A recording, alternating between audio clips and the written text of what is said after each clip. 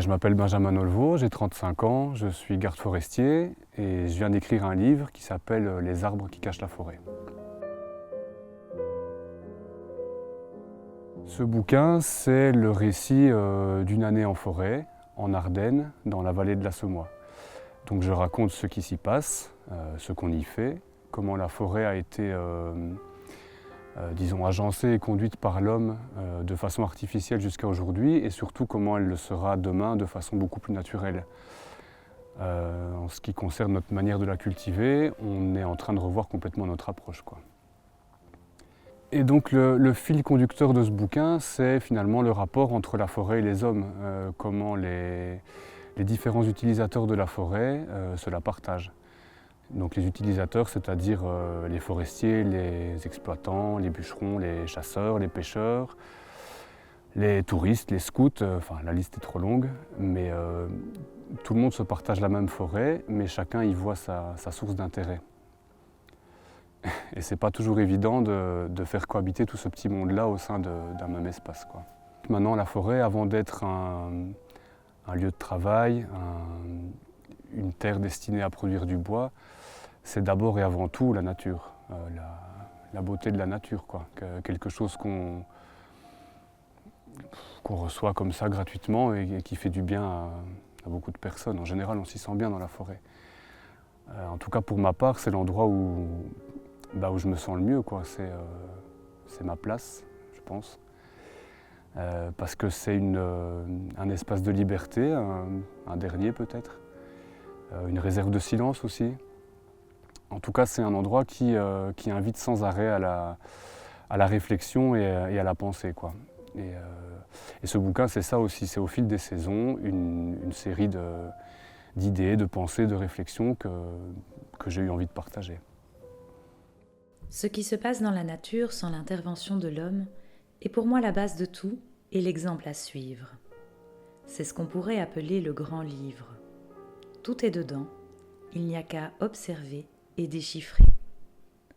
Comme le disait Victor Hugo, c'est une triste chose de penser que la nature parle et que le genre humain n'écoute pas. En forêt, à défaut d'appliquer systématiquement les modèles naturels, les forestiers s'en inspirent de plus en plus et commencent à laisser s'exprimer la forêt de demain.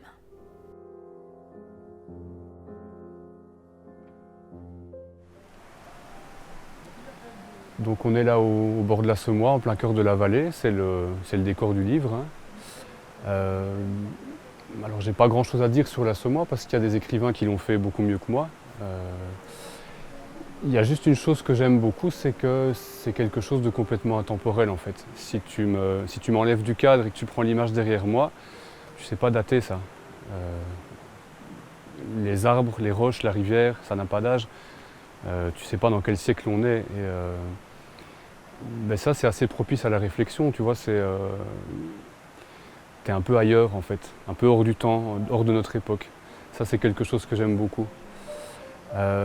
Et en même temps, elle est intemporelle, mais elle représente aussi un peu le temps qui passe, tu vois. Ça s'écoule, toujours dans le même sens, ça s'arrête jamais, comme le temps. Il y a une dimension spirituelle dans tout ça, en fait. Je ne sais plus qui disait, celui qui vit auprès de la nature vit auprès de Dieu, je crois. Il y a quelque chose qui nous dépasse, en fait, là-dedans.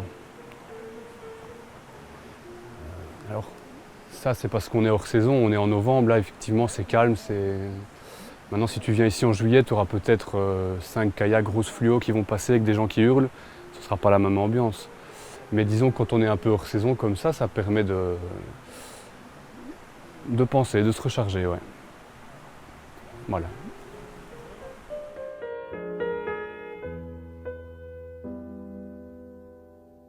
J'espère en tout cas que ça peut, dans le meilleur des cas, susciter une réaction chez des gens, éventuellement une remise en question, par miracle peut-être. En tout cas, faire un petit peu évoluer les choses et apporter une petite pierre à l'édifice, tu vois. Alors, une autre raison, c'est le métier que je fais ne me permet pas toujours d'afficher mes convictions. On est quand même tenu à une espèce de réserve, de devoir être neutre dans certaines conditions. Là, ça permet d'afficher ses couleurs peut-être, sur certains sujets. Voilà. Je marche dans la forêt.